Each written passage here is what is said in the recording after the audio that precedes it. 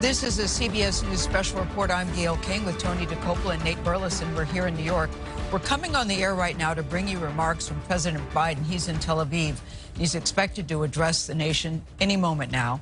He arrived there early this morning to show U.S. support following the Hamas terror attacks that killed more than 1,400 people, including at least 30 Americans. Yeah, and this visit by President Biden is coming at a critical time. Earlier this morning, he already sat down briefly with Israeli Prime Minister Benjamin Netanyahu to try to set the terms and also provide humanitarian aid for civilians in Gaza to work out a deal there. It's been blockaded or held up one way or another at the Rafah crossing there with Egypt. Israeli forces are still massed, meanwhile, along Gaza's border ahead of an expected ground invasion. At the same time, an explosion at a hospital in Gaza City has shocked the world and raised the anger level in the territory. The blast killed hundreds of people yesterday. This morning, President Biden said intelligence appears to show it was, quote, done by the other team, meaning Palestinian militants. Hamas claims it was an Israeli air attack. The explosion led to the cancellation of President Biden's scheduled meetings with leaders of the Palestinian Authority, Egypt, and Jordan. And Margaret Brennan joins us now. She's our chief foreign affairs correspondent and the moderator of Face the Nation. Margaret, thank you very much for being here.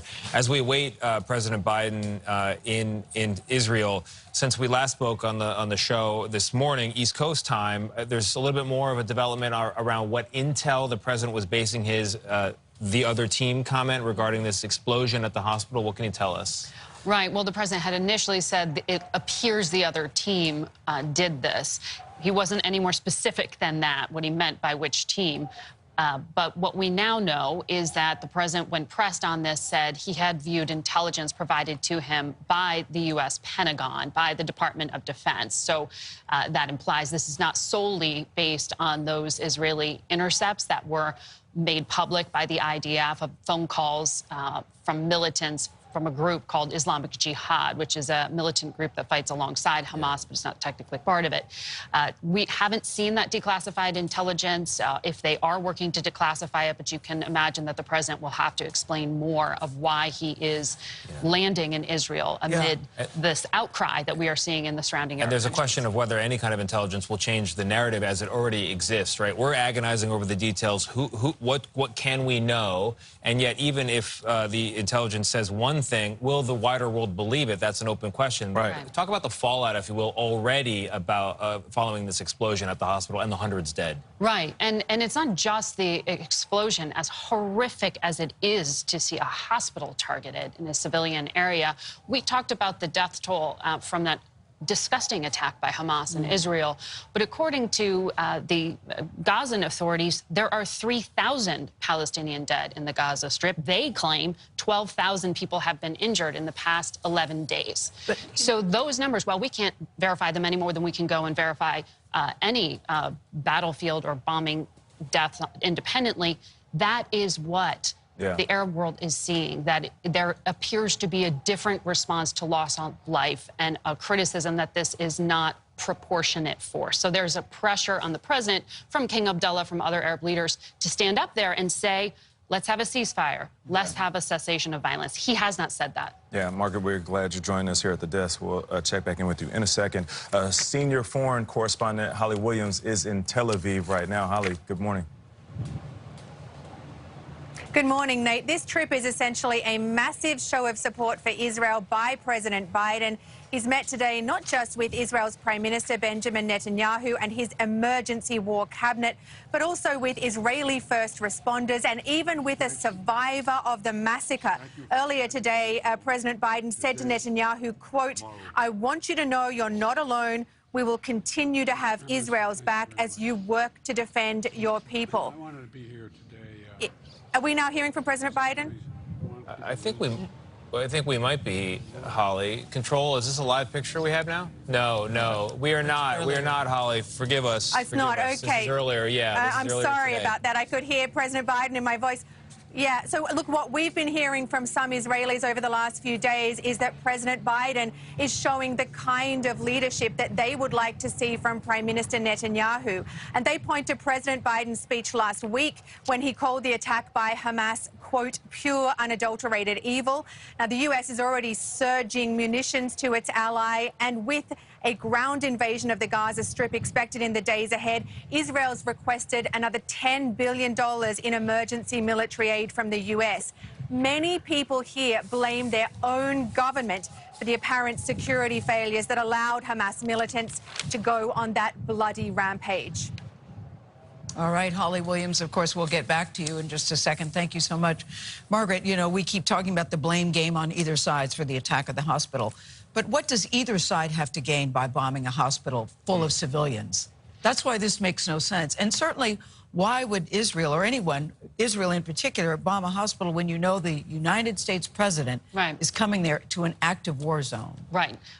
Why would that be a strategic choice? Exactly. That doesn't seem to be a rational choice, right? So that is on their side or the militant group side. Right, certainly not on Hamas's side. There was this intercept that the IDF, the Israeli military, released saying that they had evidence of communications between some of the fighters realizing they had made a mistake and that it wasn't an intentional bombing. But that's a hell of a mistake, don't you think? Oh, absolutely. I would think that everybody would... can verify that. Everybody would dot all their I's and cross all their T's, especially during this time. These rockets routinely fall short. It's a common occurrence in the conditions that they're These are fighting militants. under. These are terrorists. This is not the Israeli military, which has precision bombs and one of the most sophisticated and well-financed and well-supported militaries in the world. We see the president approaching the microphone. We'll go straight to him now. I come to Israel with a single message. You're not alone. You are not alone. As long as the United States stands, and we will stand forever, we'll not let you ever be alone. Most importantly, I know the recent terrorist assault on the people of this nation has left a deep, deep wound. More than 1,300 innocent Israelis killed, including at least 31 American citizens by the terrorist group Hamas. Hundreds of young people at a music festival. The festival was for peace, gunned down as they ran for their lives. Scores of innocents, from infants to elderly grandparents, Israelis and Americans, taken hostage. Children slaughtered, babies slaughtered, entire families massacred. Rape, beheadings, bodies burned alive. Hamas committed atrocities that recall the worst ravages of ISIS, unleashing pure, unadulterated evil upon the world. There's no rationalizing it, no excusing it, period. The brutality we saw would have cut deep anywhere in the world, but it cuts deeper here in Israel. October 7th, which was a sacred Jewish holiday, became the deadliest day for the Jewish people since the Holocaust. It has brought to the surface painful memories and scars left by millennia of anti-Semitism and the genocide of the Jewish people. The world watched then, it knew, and the world did nothing. We will not stand by and do nothing again. Not today, not tomorrow, not ever. To those who are living in limbo, waiting desperately to learn the fate of a loved one, especially to families of the hostages, you're not alone. We're working with partners throughout the region, pursuing every avenue to bring home those who are being held captive by Hamas.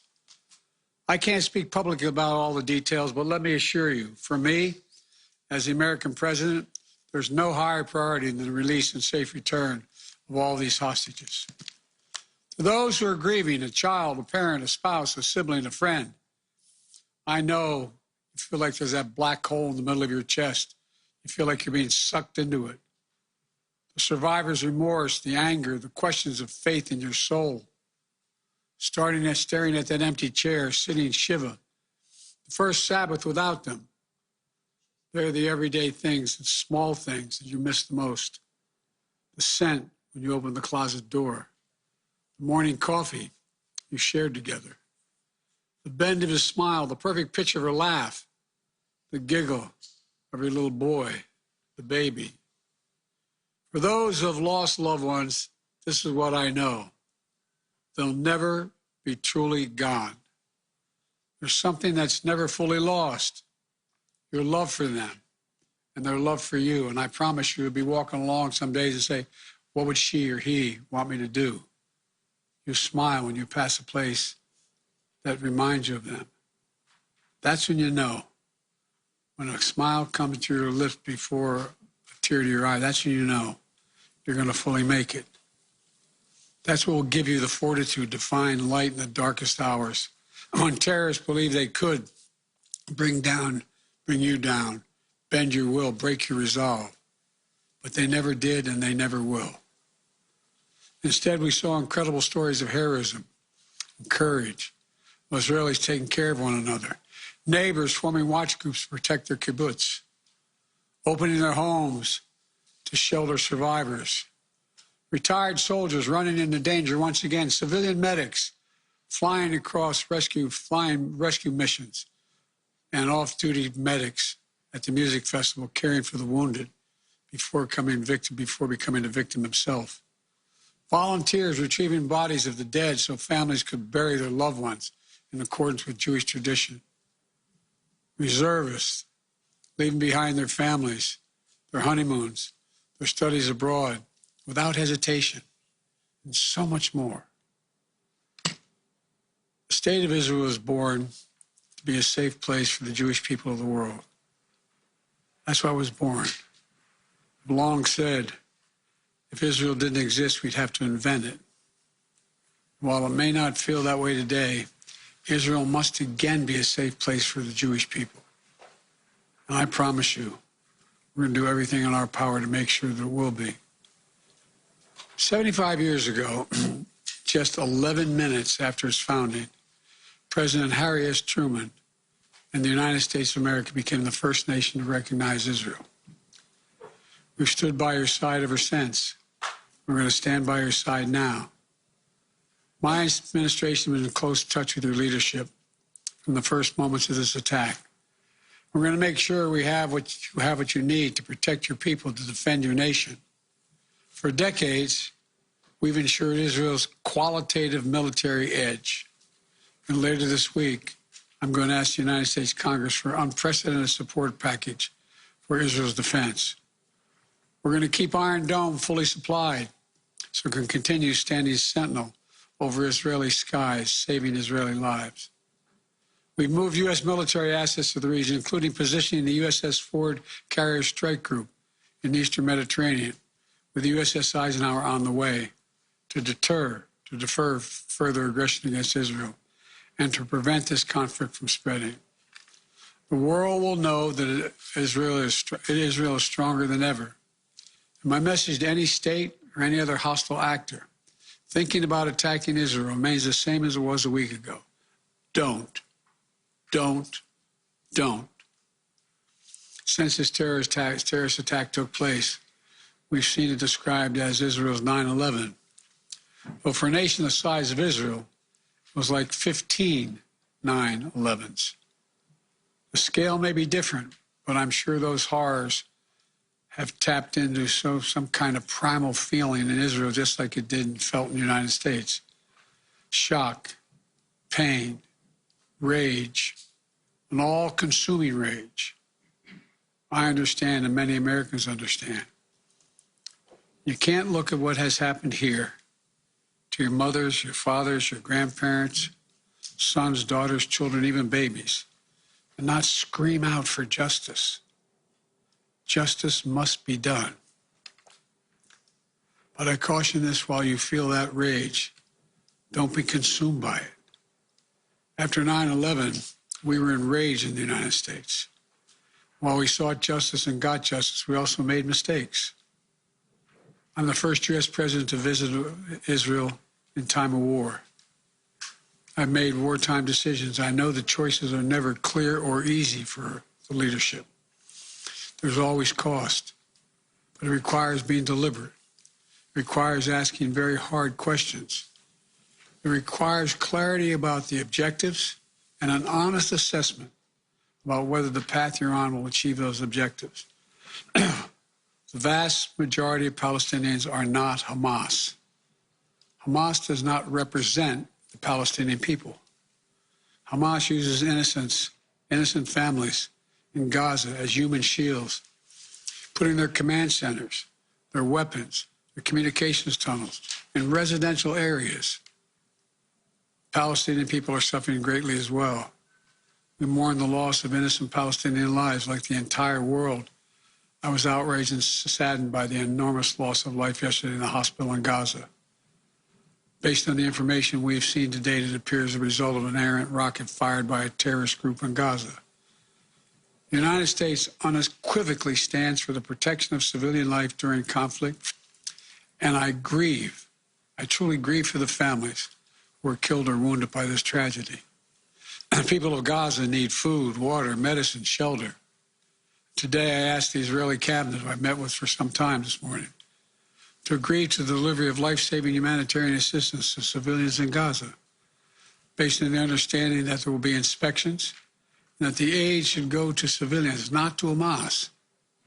Israel agreed the humanitarian assistance can begin to move from Egypt to Gaza.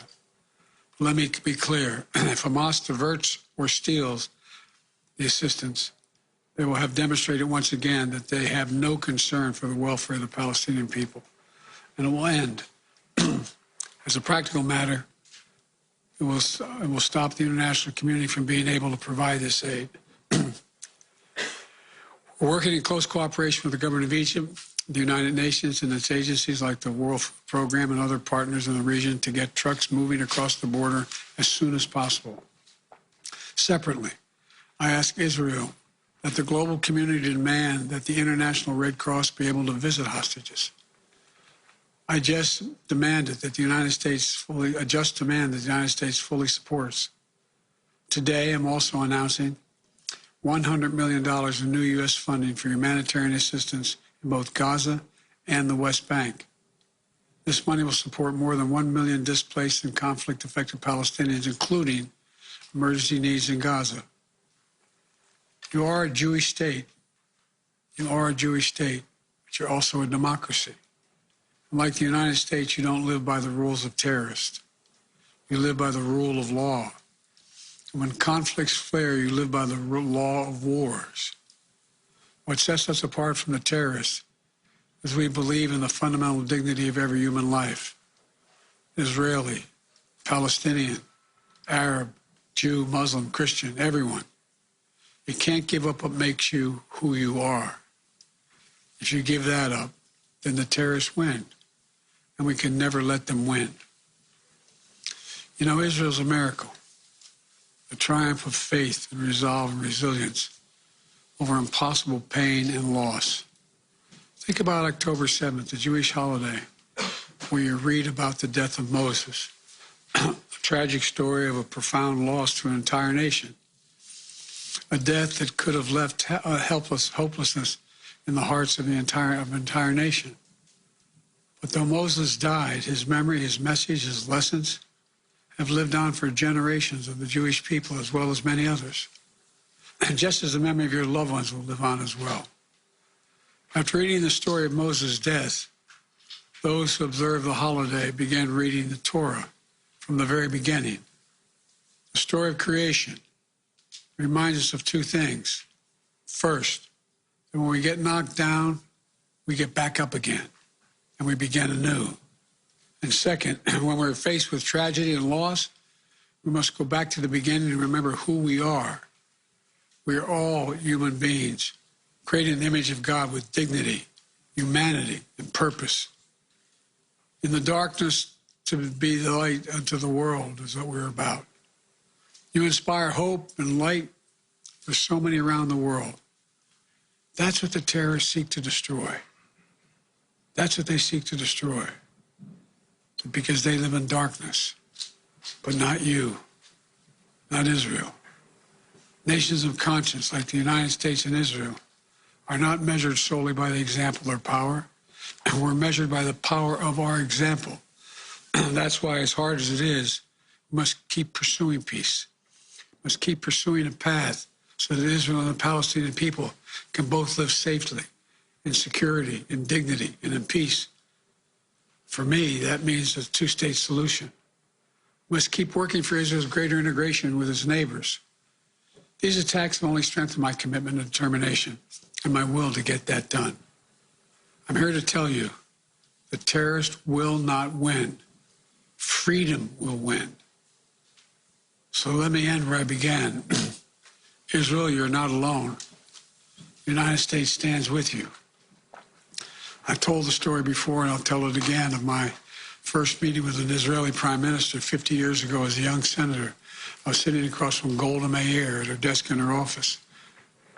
And she had a guy who later became prime minister, sitting next to me, just before the 1973 Yom Kippur War. And she flipped the maps up and down, telling me how bad things were and how terrible they were. All of a sudden, she looked at me, she said, "Would you like a photograph?" I looked at her. She got up from her desk and walked out into that hallway. I think it's marble flooring. Walked out in the hallway. We walked out, and there were a bunch of photographers standing in front of us. We were standing shoulder to shoulder. Without her looking at me, she said to me, knowing I'd hear her, "Why do you look so worried, Senator Biden?"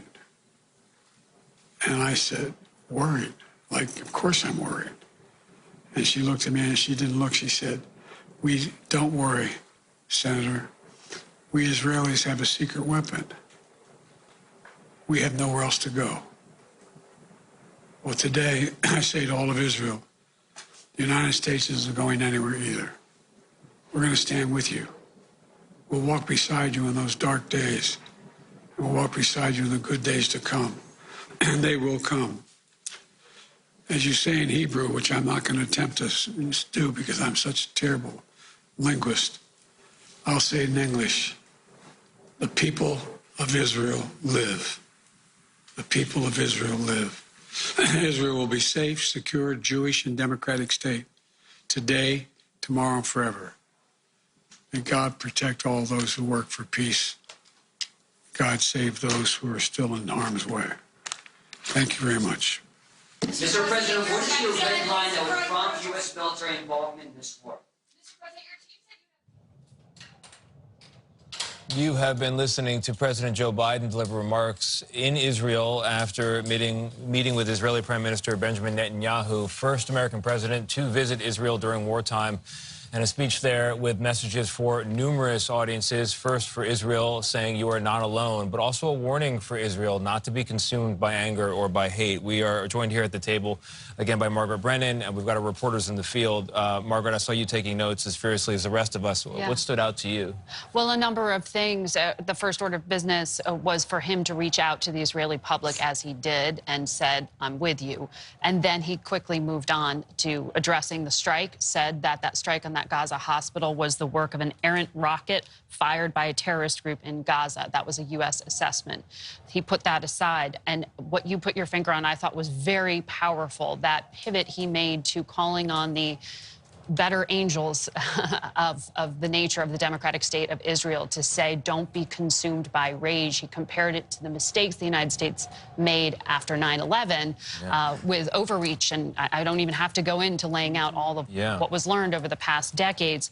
But he also said justice must be done. I thought that was interesting. He said justice must be done, but you have to be deliberate. Yes. And you have to be, it almost sounds like he was calling for restraint, but not calling for restraint. Bingo. Exactly what I thought. It was as close to calling for restraint as he could. He said, you as a democracy live by the fundamental dignity of human life. You are not a terror group. Yes. So for those who say eye for an eye, he is saying you are held to a higher standard and you must hold yourselves. And that was an elegant way of saying, be careful, slow down. And as he said, justice, must be done.